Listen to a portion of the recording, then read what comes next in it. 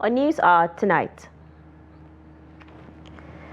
Yobe military base overrun by insurgents days after governor's security meeting. Army intervenes as farmers' herders hold peace talks in Plateau amid rising tensions.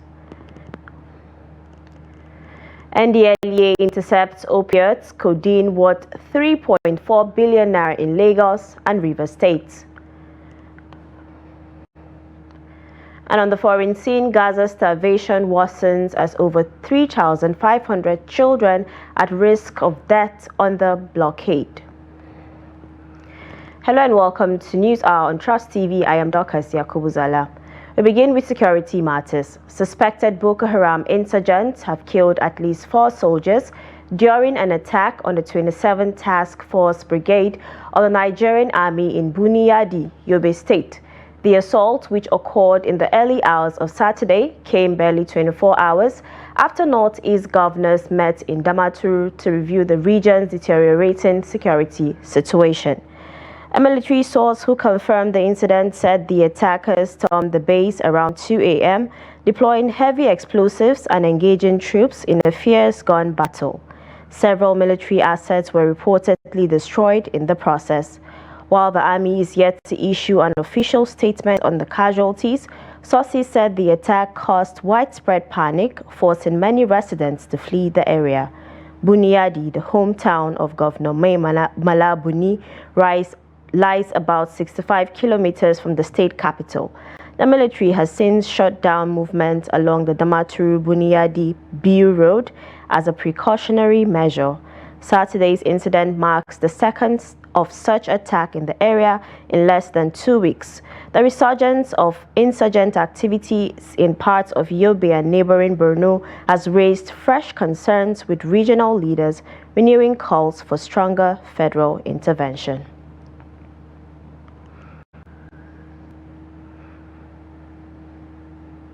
Now, earlier we spoke to Daily Trust Bureau Chief Hamid Sumatazu. He gives us an update.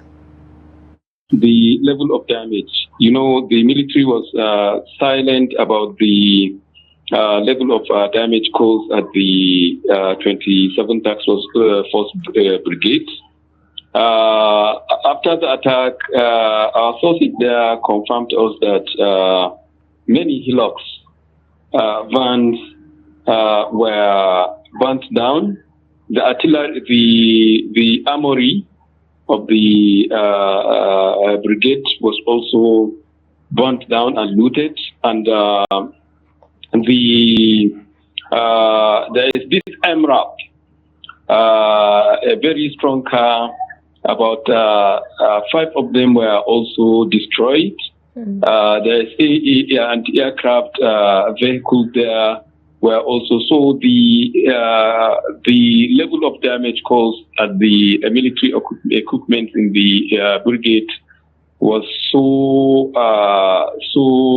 it was too much, I can say. And the soldiers on ground that spoke to us in confidence painted a very serious situation, especially when they made mention that the 4 soldiers that were killed were slaughtered by the Boko Haram insurgents. So you can see, and this attack has been long anticipated by the people in the town and even the military cycle. Many people had talked about it in the past with the attack that happened in surrounding military bases in Goneri, Sabangari, and Wajirku, and in Dambuat also. So you can see this has been on, and the military complained about it. And from many people that live around that location, they said that before they were accusing the federal government of not supplying weapons to the military on ground. But this time around, what happened there was a surprise to them, because enough military fighting equipment have been deployed there and the military, the troops there could not stand the fierce battle from the terrorists, and many of them ran away and left the brigade. The insurgents went in and burnt down everything. So from the side of the people, when we gauge from their opinion about what happened, they were commending the federal government for supplying the weapons, while condemning the military for not standing their ground to ensure that they did a heavy blow on the terrorists, especially when they came in to ambush them. And another thing that people complain in that area is about not taking the battle to the enclave of the Boko Haram, because many people interviewed said that the insurgents were just about 25 to 30 kilometers away from from the brigades, and the military knew about their location, but they have not attempted even to go there and fight them. So it's like they operated a defensive approach there, which turned out to be detrimental to the operation there. All right. Yes. All right, Hamisu, we understand that the military is yet to issue an official statement regarding the attack. But we want to know, has the state government said anything or done anything in regards to, safeguarding the lives of people in that community, and also reassuring people that they are going to do their best in safeguarding lives and properties? Well, immediately when the incident happened, the military, to be fair to them, had issued a statement saying that the battle is on, but they did not give any detail later, after the evening when we reported the incident. And from the side of the state government, I think it is more reason why the Northeast Governors Forum was taken to Yobe to discuss about the security situation, the deteriorating security situation in the Northeast, especially in Yobe and Borno. And they discussed at length, and even at the end of the meeting, the communique was on the new strategy. They tried the resolution was to adopt a new strategy to deal with the situation.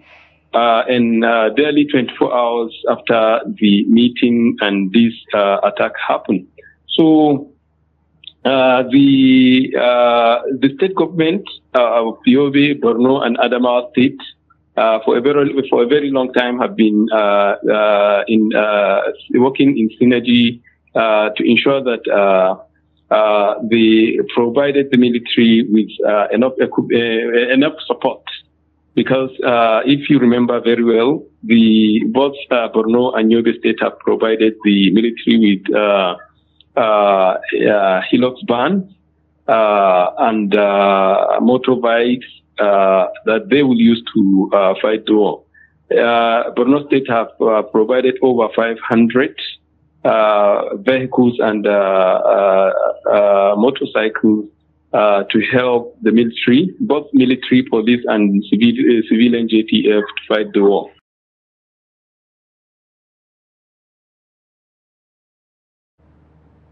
Meanwhile, the House of Representatives Committee on Public Petitions has summoned the governors and state assemblies of Benue and Zamfara to appear before it on Thursday, May 8, over worsening insecurity in their states.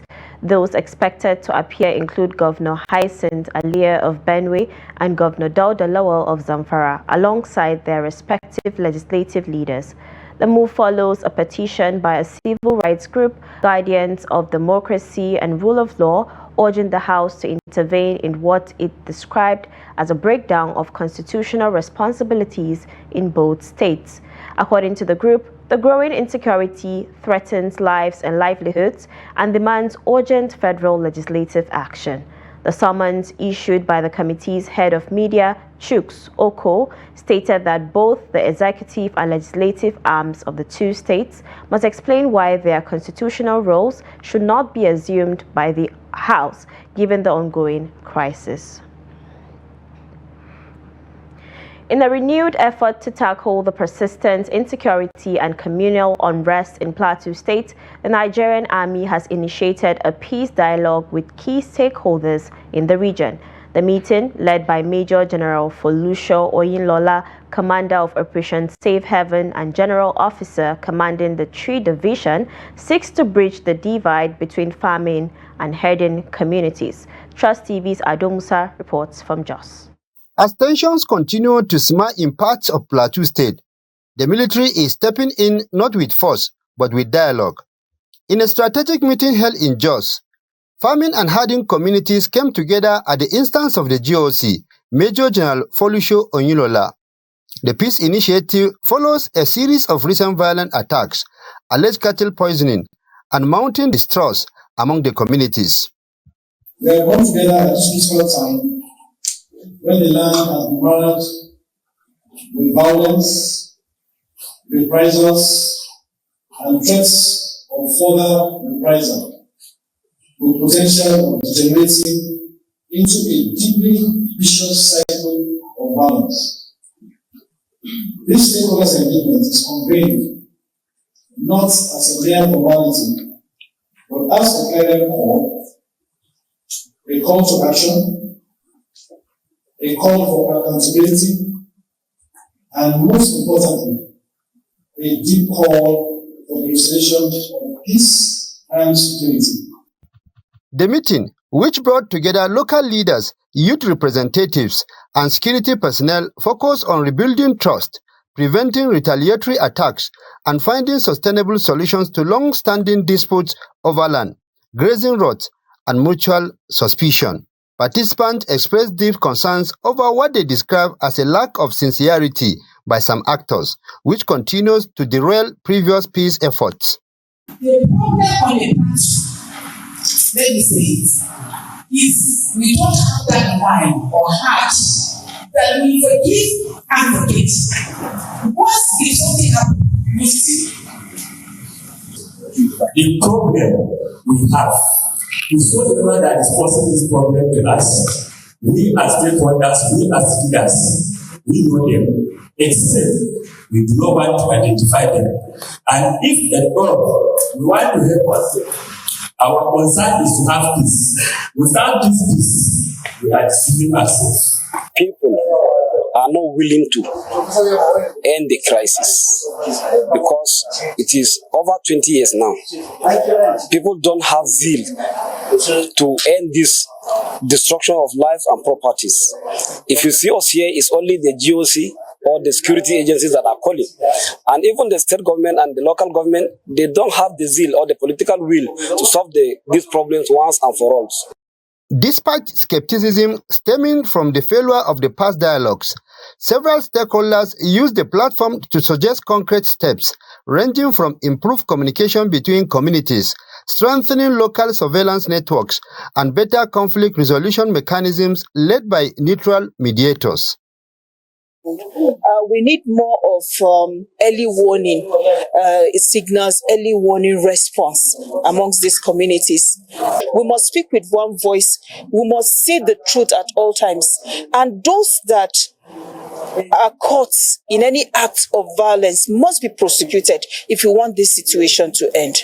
And I urge other commanders to engage the natives, but other people within the local government, because this cannot run until the whole people who are living in the community agree to work as a team. General Oyinlola reiterated the Army's commitment to non-kinetic approaches to peace building, while also warning against acts of provocation and lawlessness. And peace is not a favor we do for one another. It is a necessity for our collective survival. the future will remain in mirage if we do not act decisively today. We owe it to our children to leave behind a legacy of peace and not one of war. For communities caught in the cycle of violence, the hope is that this latest round of dialogue will lead to something more than promises, a path to lasting peace. While challenges remain, the Army's shift toward dialogue and reconciliation marks a critical step in rebuilding fractured relationships across Plateau State. Time will tell if these efforts will finally end the bloodshed. Ado Musa, Trust TV News, Jos. Still on security matters, the operatives of Anambra Police Command have foiled a kidnap attempt at Neni community in Anaocha local government area of the state, rescuing 3 of the kidnapped victims in the process. Reports say the hoodlums riding in a vehicle had ambushed the victims' cars at Okacha Junction, forced them into another vehicle and were taking them away before the intervention of the police operatives. According to one of the eyewitnesses at the scene, the incident happened on Saturday evening. According to the eyewitness, after a hot chase, the hoodlums abandoned their vehicles and fled in another vehicle. The spokesperson for the State Command, Tochukwu Ikenga, who confirmed the development in the press statement on Sunday, said police operatives attached to the Neni Divisional Headquarters responded swiftly after a distress call. The Commissioner of Police, Ikioye Orutugu, in the statement, urged residents to remain vigilant and law-abiding by cooperating with security agencies to maintain peace and security in the state. Now, away from that, as inflation continues to bite harder across Nigeria, small business owners are bearing the brunt, with many forced to make difficult decisions to stay afloat. In Bauchi State, one restaurant owner shared how she sold off her hard-earned properties just to keep her business running. Trust TV's Adamu Imam brings us the story of resilience and survival in the face of economic hardship. The report. For over a decade, Lady Roselyn has run a modest restaurant in Bauchi, but like many small businesses, hers is feeling the heat of Nigeria's spiraling inflation and unstable economy. In an exclusive interview with Trust TV, she revealed a personal sacrifice selling of landed property she painstakingly acquired over the years to keep her restaurant business alive. Which I don't depend on anyone. God has really blessed me. By this present condition of Nigeria now, things are shaky. And then I have some lands. Now I've sold them up because of the way the country is shaking and all this thing. The country is not stable. The economic thing is too hard. It's too hard. Things are not moving like before. Roselyn says soaring prices of basic food items have forced her to constantly adjust her operations just to meet customer expectations, a situation that is far from sustainable. I believe because of the situation of the countries and all these things are not moving like before. Even when they come, I used to talk to them like things are not more like before. And the business also is not even progressing like before.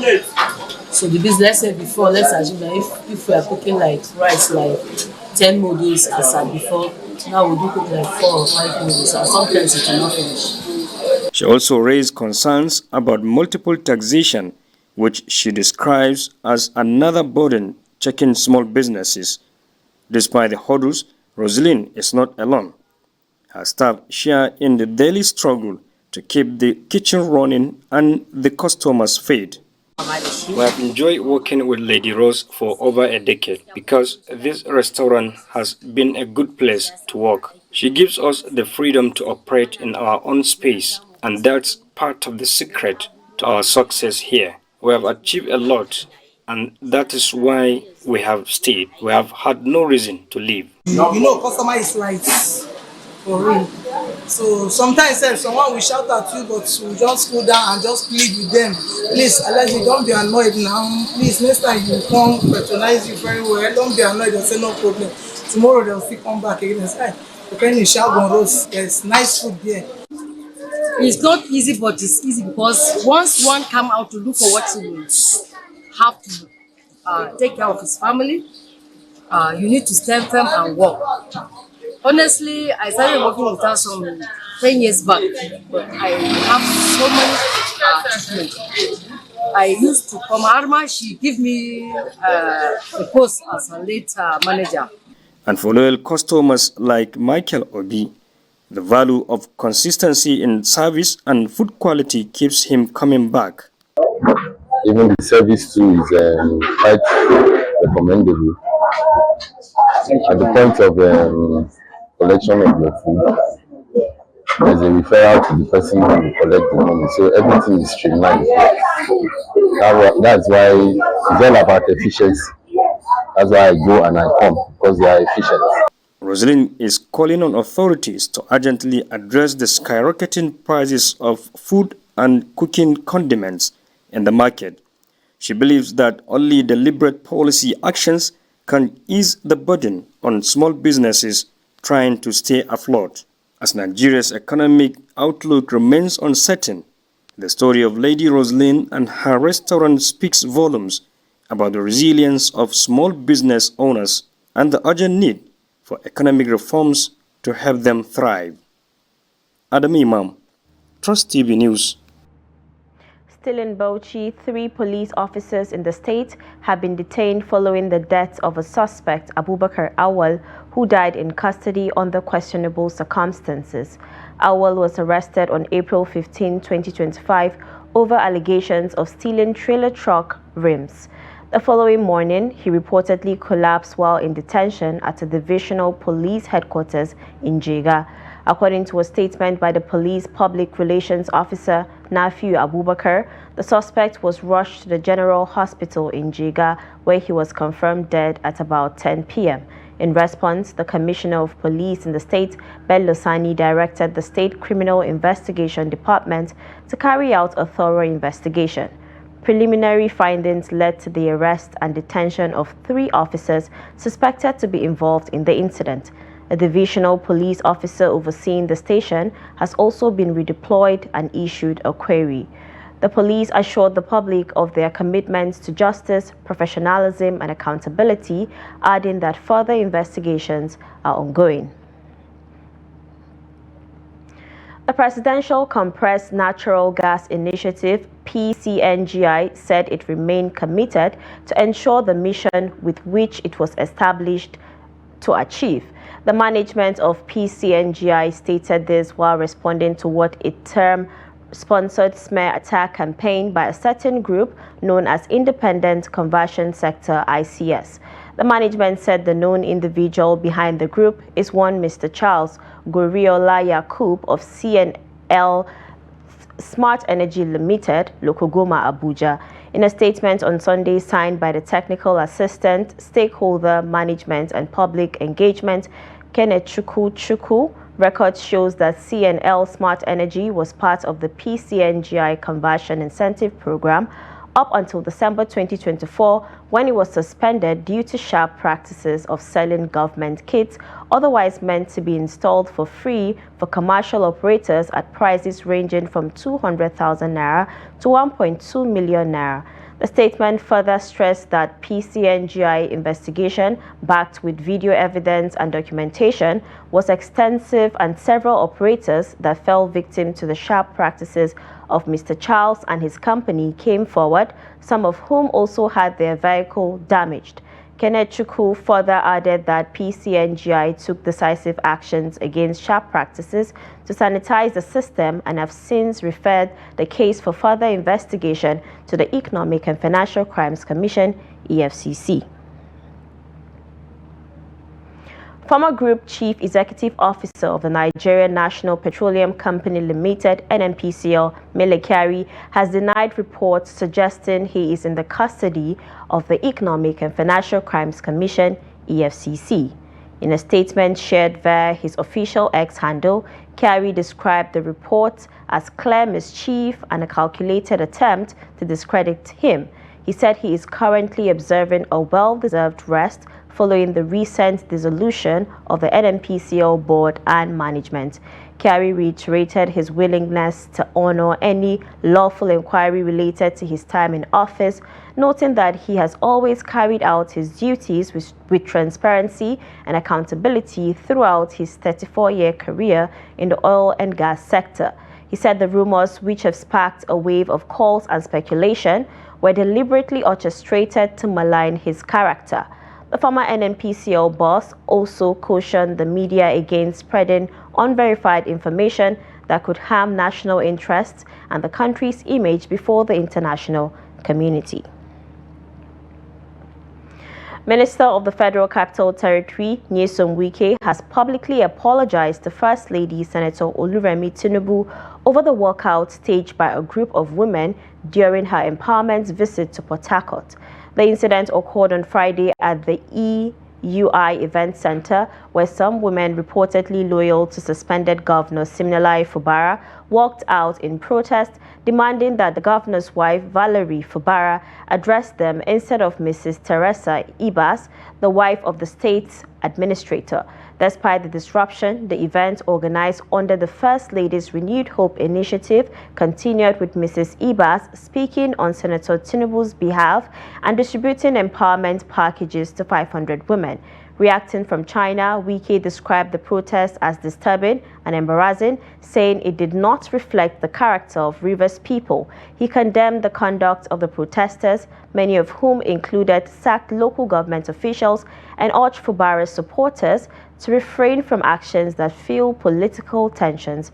He assured the First Lady of the respect and hospitality of the state and appealed for calm and cooperation in the interest of peace.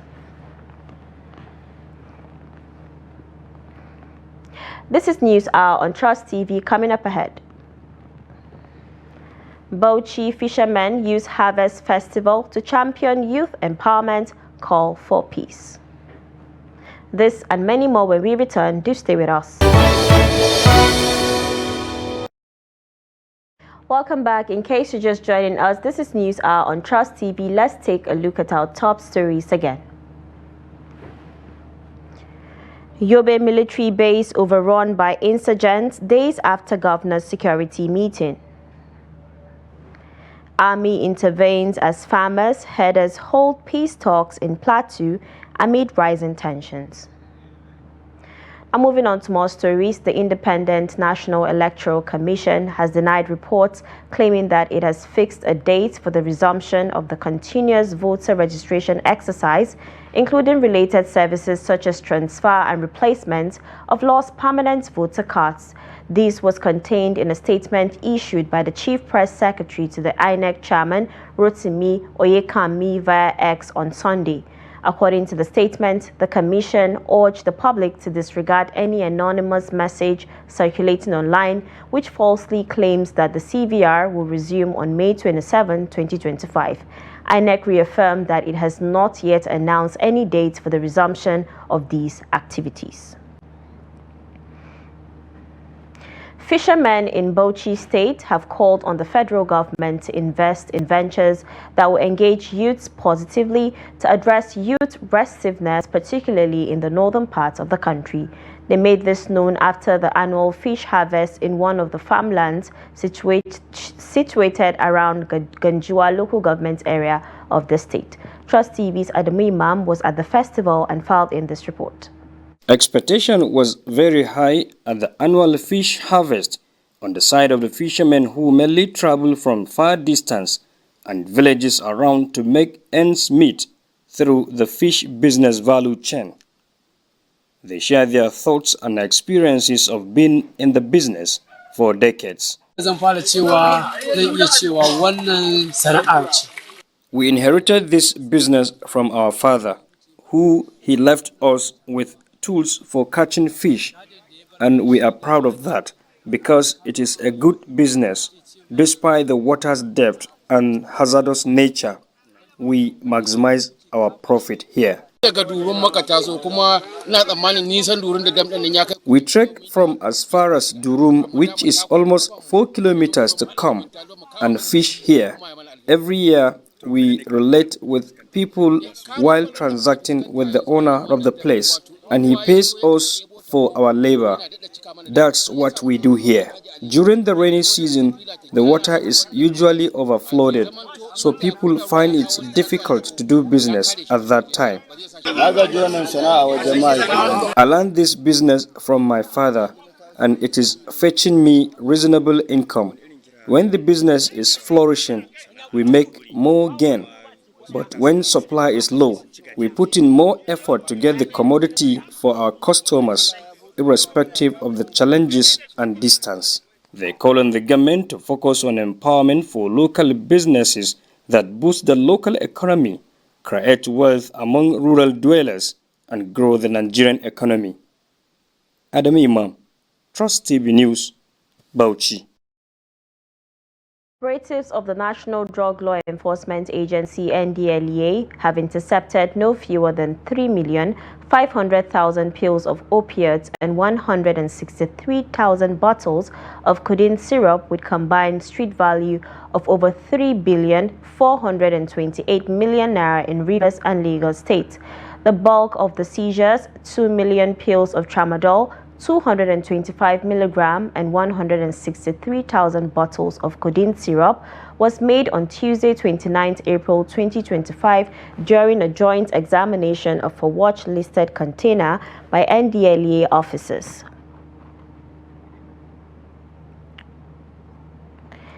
Men of Customs Service and other security agencies at the Port Harcourt Port Complex on Rivers State. In Lagos, a total of 1,500,000 pills of a controlled opioid were recovered from a suspect, Olarewajun Wahab, at the Elaba Rago area of Ojo on Tuesday, 29th April, while the source of the consignment was traced to Q104B Road 25, Victoria Garden City, Lekki, which is the residence of one Obinna Kenneth, who is now at large.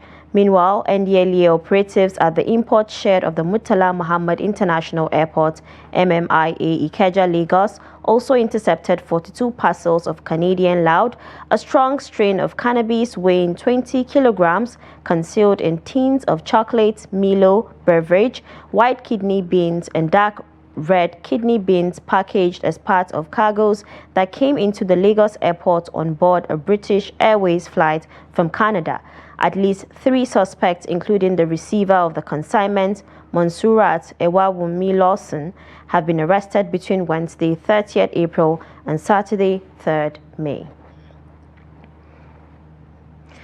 On a sad note, 4 seminarians have died and 9 others have been wounded in an accident at the Obudu Ranch Resort, Cross River State. According to a statement by the Chief Press Secretary to Governor Basiotu, Nsa Gill, the incident happened at Ikwete Community by Obudu Ranch Resort, Bottom Hill. The unfortunate incident resulted in the loss of 4 lives and injuries to 9 others. The statement said the thoughts and prayers of the state government are with the families and friends of the victims during this incredibly difficult time. The accident involved a vehicle carrying 13 individuals, and preliminary reports suggest that brake failure may have contributed to this devastating incident. Gill said the victims were seminarians who came for a tour in a bus belonging to the Enugu Catholic Diocese. The former chairman of the Christian Association of Nigeria (CAN) Adamawa State Chapter and the Bishop Catholic Diocese of Yola, Dami Mamza, has urged President Tinubu to create military battalion in Adamawa community to curb the resurgence of Boko Haram. Bishop Dami Mamza disclosed this during the commissioning ceremony of 30 trained catechists at the Muchala Catechetical Training Center, Gombe local government area of Adamawa State. Mamza says Hong local government in Adamawa has suffered series of Boko Haram attacks, hence the need for the federal government to put out modalities that will block the insurgency from penetrating the entire state. According to him, both state and federal government must take decisive actions that will bring a lasting solution to all forms of insecurity in the entire country. The resurgence of Boko Haram is really scary, and it means that it has been like a snake that has been, killed, but the head is still alive. So the government really need to do something very fast, and there is need for better collaboration between the state and the federal government. The state government cannot handle this alone. We need more military security people, especially towards the Hong area. We need more soldiers.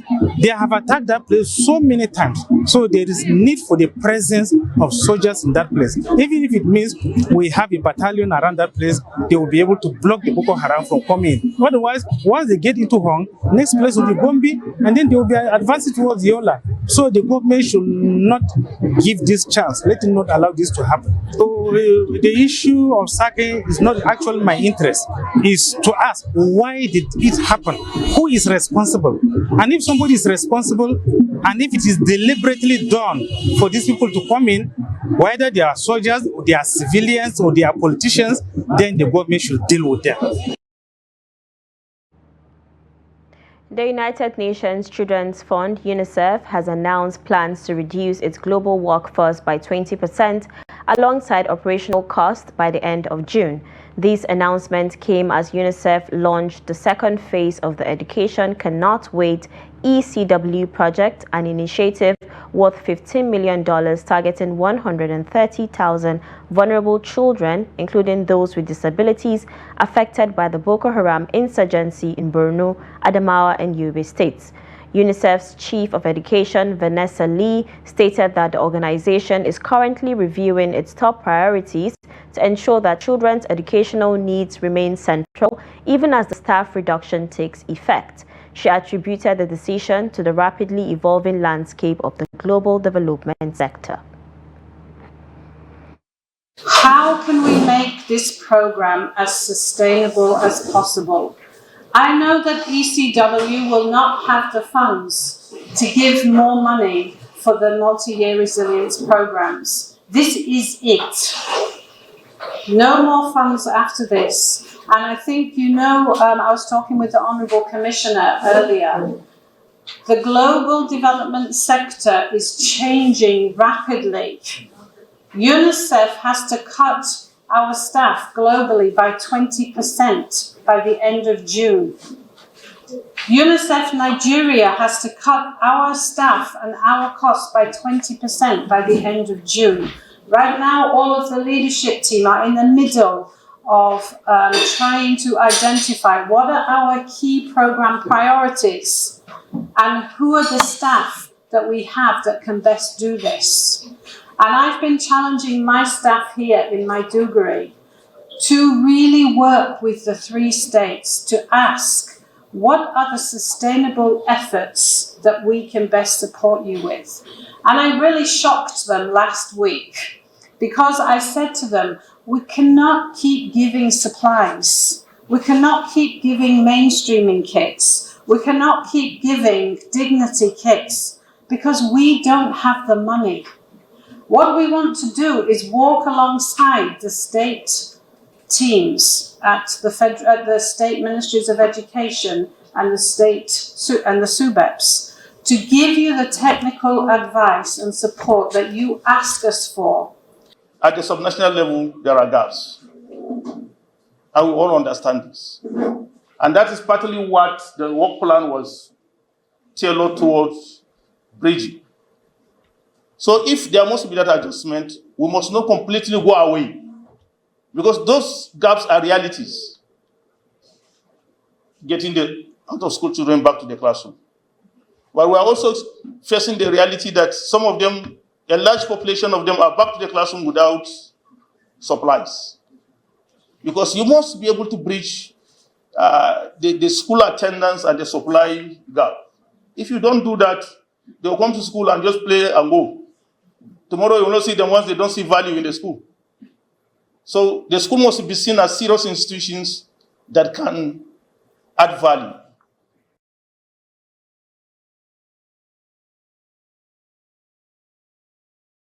Nigeria Union of Journalists (NUJ), Benue State Council, Comrade Bendu Ugbe, has raised concern over the increasing number of journalists facing imprisonment worldwide as activities for the 2025 World Press Freedom Day continue.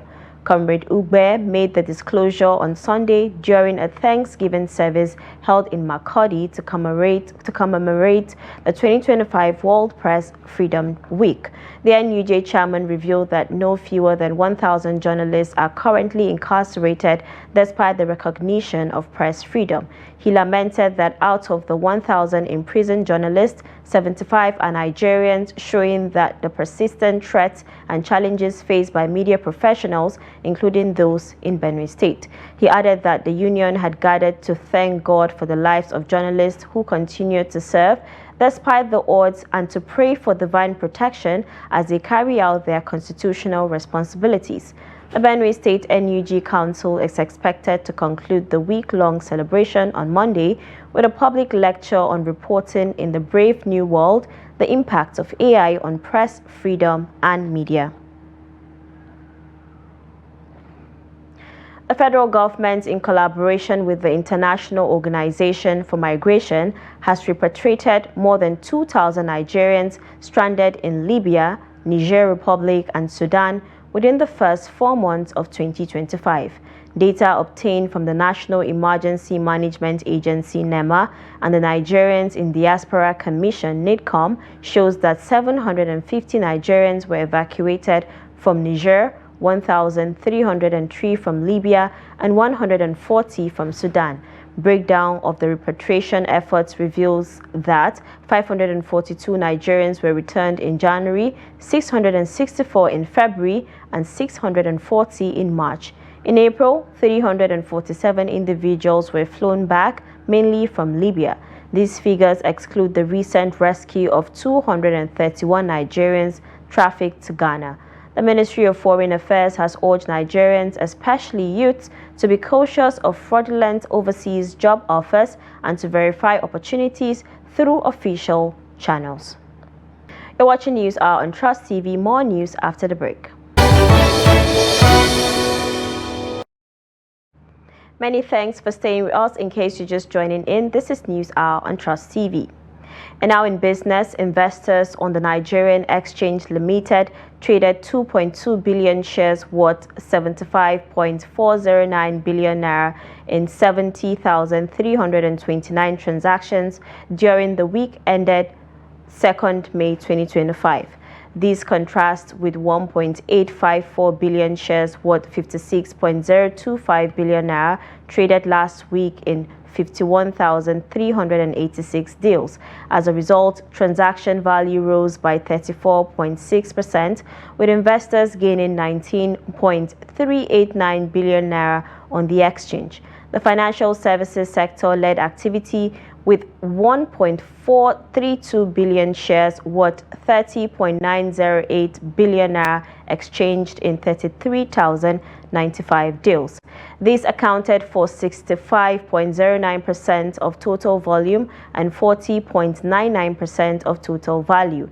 The ICT sector followed with 230.248 million shares valued at 27.453 billion naira in 4,811 deals.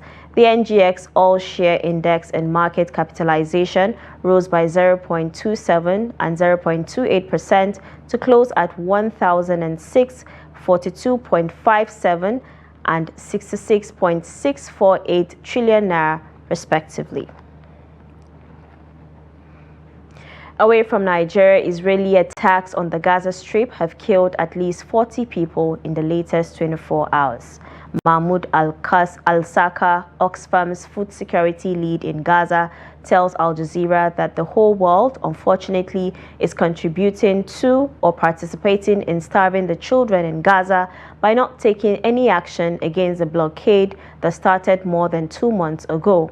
According to Palestinian officials, more than 3,500 children below the age of 5 in Gaza face imminent death by starvation, and about 290,000 others are on the brink of death as Israel continues to prevent the entry of baby formula, nutritional supplements, and all forms of humanitarian aid. A missile launched by Yemen's Houthi rebels has hit the perimeter of Israel's Ben Gurion airport, causing injuries and disrupting flights. According to Gaza's health ministry, Israel's war on Gaza has killed at least 52,535 Palestinians and wounded 118,491. The Sudanese army says the paramilitary Rapid Support Forces have launched their first drone attack on the eastern city of Port Sudan. The RSF targeted Osman Digna Air Base, an ammunition depot, and civilian facilities near the airport, according to the military. Damage has been reported, but no casualties so far. Flights in and out of Port Sudan have been suspended. One passenger plane from Dubai was forced to divert and land in Saudi Arabia after the strike. The attack marks a dangerous shift, hitting a city once seen as a safe zone. Port Sudan had become the de facto seat of the government and a refuge for displaced people since war erupted between the army and RSF in 2023. A Tunisian court has sentenced former Prime Minister Ali Larayed to 34 years in prison for allegedly facilitating the travel of jihadists to Syria. Larayed, a senior figure in the opposition, another party, served as Prime Minister from 2013 to 2014. Both he and his party have consistently denied any involvement in terrorism. The ruling is part of what critics describe as an ongoing crackdown on opposition leaders, lawyers, and journalists under President Kais Saied, who assumed sweeping powers in 2021. Opposition groups and human rights advocates have condemned the verdict, calling it a politically motivated effort to silence dissent and weaken the Ennahda movement, which has long been at odds with the president's administration. And in sports, Nigeria's third-tier league, the Nationwide League One NNO Secretariat, Sunday announced the official withdrawal of Kano-based club Sky Limit FC from the ongoing 2025 Nationwide League One season. This follows an incident of violence that occurred during a match against Dromeda FC. Sky Limit official and player reportedly attacked match officials during the fixture. In a letter dated 4th May addressed to the Kano State Football Association, the NLO condemned the act, which reportedly almost led to the death of the officials involved.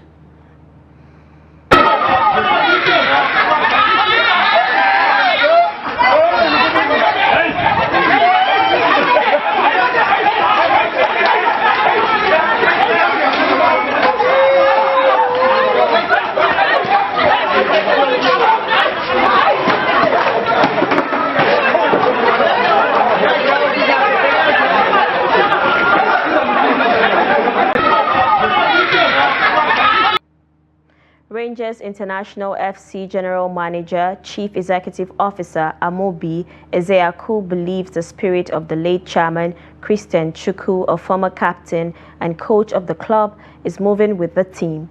Amobi spoke moments after the Flying Antelopes edged past Plateau United 1-0 in Saturday's Federation Cup quarter-final match in Abuja. Chidozie Okorie strikes 3 minutes past the half-hour mark handed the six-time champions the solitary match winner.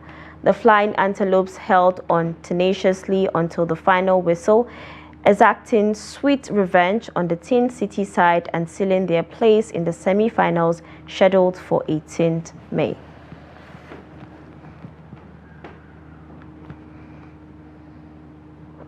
And with that, we wrap up News Hour on Trust TV. Do not forget to follow us across all our social media platforms for more programs, news, and documentaries. My name is Dorcas Yakubuzala. Good night.